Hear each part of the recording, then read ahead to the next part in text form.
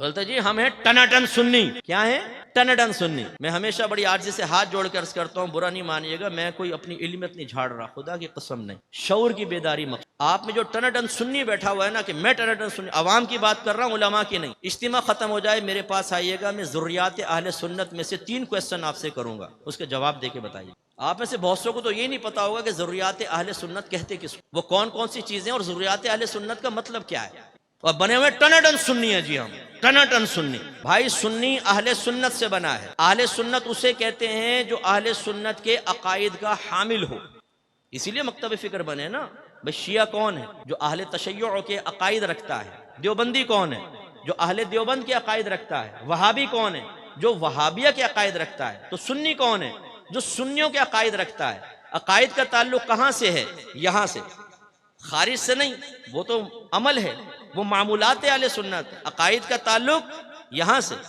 और अब जब हम इम्तिहान लेते हैं अपने सुन्नी का कि जो यहां है उसको बयान करो, तो कहते हैं सब ये तो खाली है। नियाज कर रहे हैं, क्यों करते हैं? थोड़ा सा खाना सामने क्यों रखते हो भाईजान? सारा क्यों नहीं रख लेते? कारी साहब उस पर मुख्तलिफ कुरान की आयात लेकर एक मखसूस हिस्सा पढ़ते हैं, और उसको ऐसा हमने समझाया कि अगर मुझ जैसा आदमी कोई अलहम शरीफ और 3 बार सूरह इखलास पढ़े तो यूँ देखते हैं कि फातिहा नामुकम्मल कर दी इन्होंने।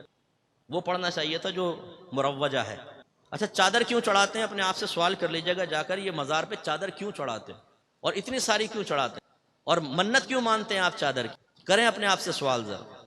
हमसे तो बच्चा पूछ रहे ना, अब्बा जान थोड़ा सा खाना सामने क्यों रखा है न्याज? तो हम कहते हैं बेटा बरकत के लिए। अब वो पूछे कि अब्बा जान फिर बाकी सारा क्यों नहीं रखा? हम कहते हैं किसके साथ बैठने लगा जी, एक नाक पे मारा उसको, खामोश। क्योंकि जहां हमारे टनाटन पे से पर्दा हटने लग जाता है वहां पे जलाल आता है, वहां गुस्सा आता है। अपने बच्चों को सेटिस्फाइड नहीं कर सकता एक टनाटन सुन्नी, वो किसी को क्या सुन्नियत सिखाएगा। मैं ये अर्ज करता हूं कि जरा खुदारा होश के नाखुन लें।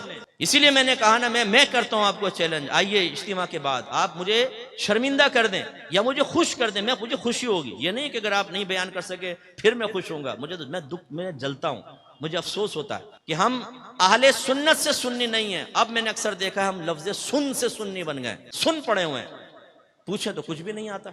अपनी वालदा से जाकर पूछ लीजिएगा, अम्मी हम न्याज क्यों करते हैं, कुंडों के न्याज क्यों करते हैं, मिट्टी के कुंडों में क्यों बनाते हैं, उसके लिए वो टिकियां क्यों बनाई जाती हैं, एक कमरे में क्यों खाते हैं, बीबी फातिमा के न्याज मर्द नहीं खाएगा क्यों?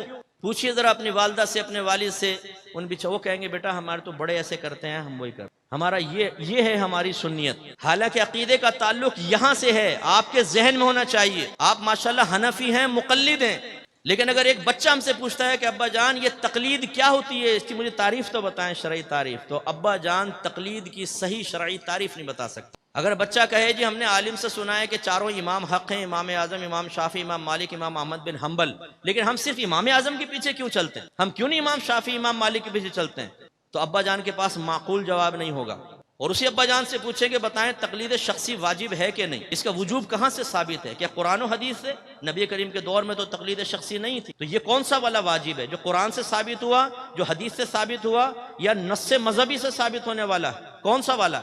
ओह हमारी जाने वाला नस्से मजहबी। ये मुझसे नया नया नाम सुना है, पता नहीं कहां कहां से चीजें निकाल के लेकर आ रहे हैं। अब इसी तरह जुमे की नमाज के बाद बच्चा पूछ ले, अब्बा जान हम क्यों हाथ बांध के खड़े होकर इज्तिमाई तौर पे उर्दू में सलातो सलाम पढ़ते हैं, क्यों, क्या इसकी शरई हैसियत है? तो अब्बा जान सिर्फ यहाँ से हाथ निकाल के कान पकड़ के यूं झटका देगा जोर से। हाँ भाई बताओ, जवाब दें उसको।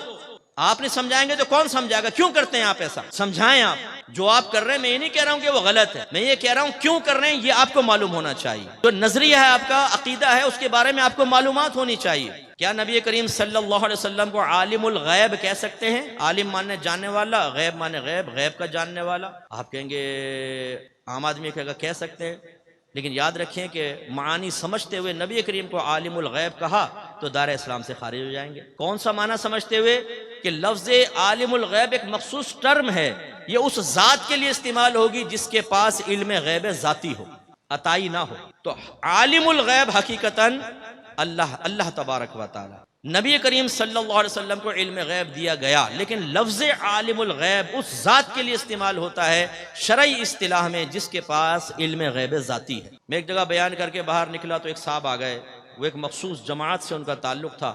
उन्होंने कहा कि आपने भी बयान किया तो उसमें ऐसी अपने हदीसें बयान की जिससे ऐसा लगता है कि नबी करीम सल्लल्लाहु अलैहि वसल्लम को इल्म गैब हासिल था। मैंने कहा जी। कहने लगा मेरे पास दलाइल हैं कि आपको इल्म गैब हासिल नहीं था। उसने एक डायरी खोली, उसमें आयात हदीसें बहुत सारी।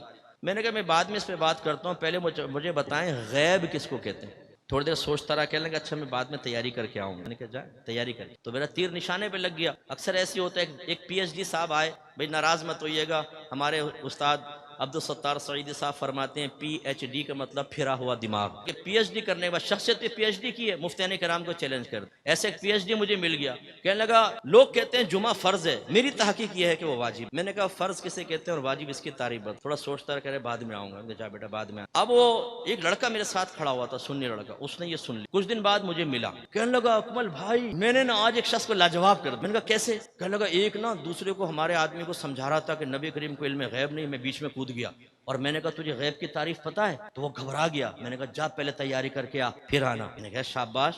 कहने लगा लेकिन मैं डर रहा था कहीं मुझसे ना पूछ ले गैब की तारीफ क्या है। कमाल देखें आप, ये है टनाटन सुन्नी। अकीदा बयान करूंगा, अकीदे का दिफा करूंगा, तशरीह खुद नहीं आती, वजाहत खुद नहीं आती, मार्फत ताम्मा खुद हासिल नहीं है।